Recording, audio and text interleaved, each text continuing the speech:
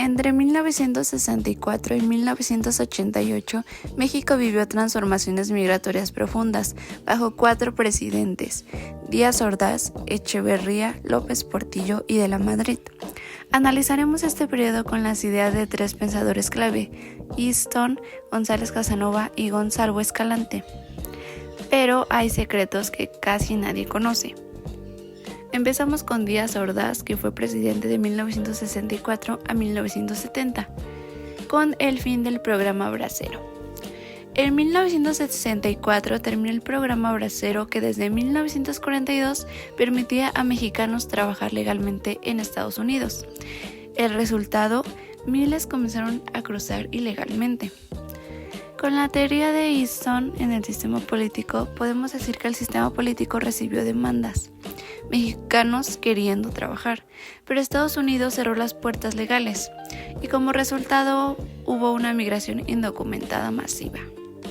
En este asunto hay algo extraordinario, porque ¿sabías que César Chávez, el líder chicano más famoso, se opuso a la migración indocumentada durante estos años? Chávez y su Unit Farm Workers organizaron patrullas fronterizas en la frontera de California para detener a indocumentados, porque decía que bajaban los salarios de trabajadores legales.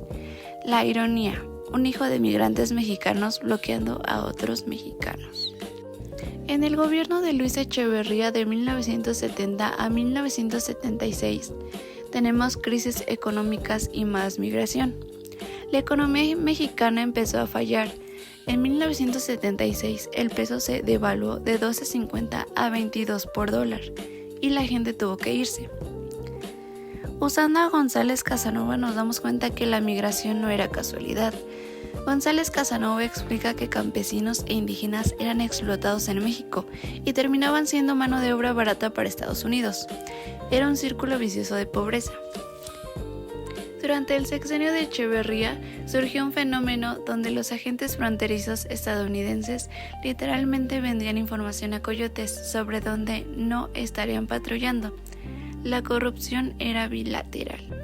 Continuamos con López Portillo de 1976 a 1982. México descubrió petróleo y hubo dinero, temporalmente. Pero, oh sorpresa, la gente seguía yéndose a Estados Unidos. ¿Por qué? Según Easton, el gobierno prometió prosperidad, expectativas altas, pero lo administró mal. En 1982 todo colapsó, la deuda externa, la devaluación y hubo una crisis total. Con Gonzalo Escalante nos damos cuenta que lo importante de esto fue que las familias mexicanas en Estados Unidos dejaron de ser temporales, se establecieron permanentemente creando comunidades mexicoamericanas. Las remesas crecieron de 367 millones en 1977 a más de 2 millones para 1982. Hay algo muy extraordinario que se llama los pueblos fantasma. Aquí viene lo impactante. Pueblos enteros se vaciaron durante este sexenio. En regiones de Zacatecas, Jalisco y Michoacán aparecieron pueblos fantasma. Eran casas abandonadas, escuelas vacías y solo quedaban ancianos y niños. Los pueblos vivían de las remesas. El caso más extremo fue el pueblo de San Miguel, Cuyutlán, en Jalisco, que perdió 85% de su población masculina entre 15 y 45 años. Solo regresaban en diciembre para fiestas patronales. Las mujeres quedaron literalmente a cargo de todo: campos, negocios, gobiernos locales. Una paradoja cruel es que López Portillo dijo en 1979 que había que administrar la abundancia, refiriéndose al petróleo, pero mientras tanto 1 millón de mexicanos al año intentaba cruzar al norte. El petróleo no llegaba a los pobres, solo a la corrupción. En 1982, cuando López Portillo nacionalizó la banca, lloró en televisión nacional. Se duplicaron los intentos de cruce fronterizo en solo 3 meses. La gente literalmente huyó del país con su presidente llorando en cadena nacional.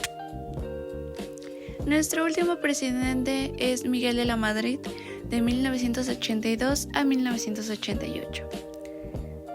El sexenio más difícil, la inflación del 100%, terremotos, pobreza extrema, miles de mexicanos huyeron al norte.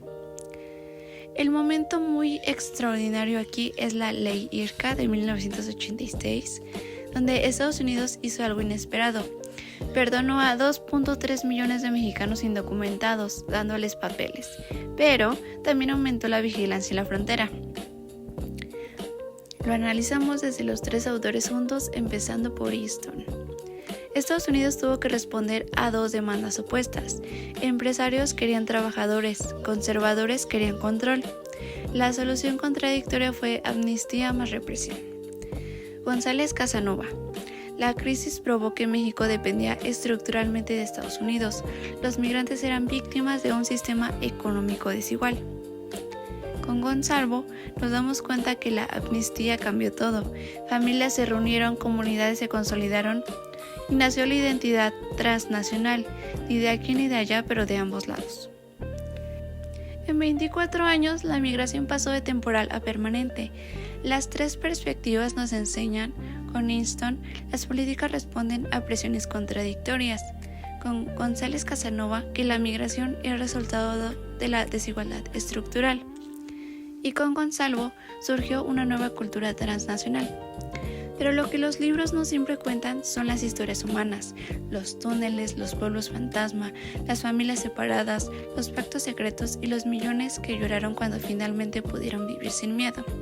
La migración no solo es estadísticas, son vidas, familias, decisiones imposibles y sacrificios que cambiaron dos naciones para siempre.